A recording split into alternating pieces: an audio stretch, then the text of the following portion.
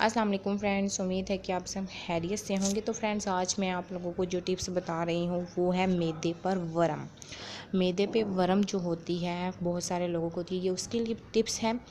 और उन लड़कियों के लिए जिनका वज़न बहुत कुछ करने के बाद भी कम नहीं होता, तो उन लोगों के मैदे पर वरम होती है, जिसकी वजह से उनका वज़न बहुत ज़्यादा होता है और वो कितनी भी कोशिश कर लें कम नहीं होता।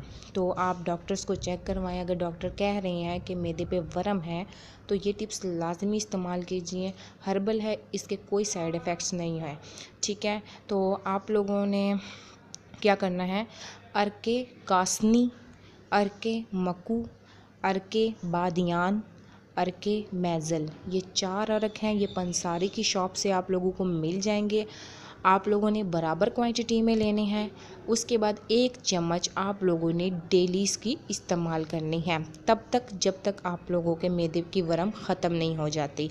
तो इंशाल्लाह ताला इसके इस्तेमाल से आप लोगों के मैदे की वरम भी ख़त्म होगी, तो और आप लोगों को बहुत फ़ायदा होगा। हर्बल है, इसका कोई नुकसान नहीं है। ठीक है ना।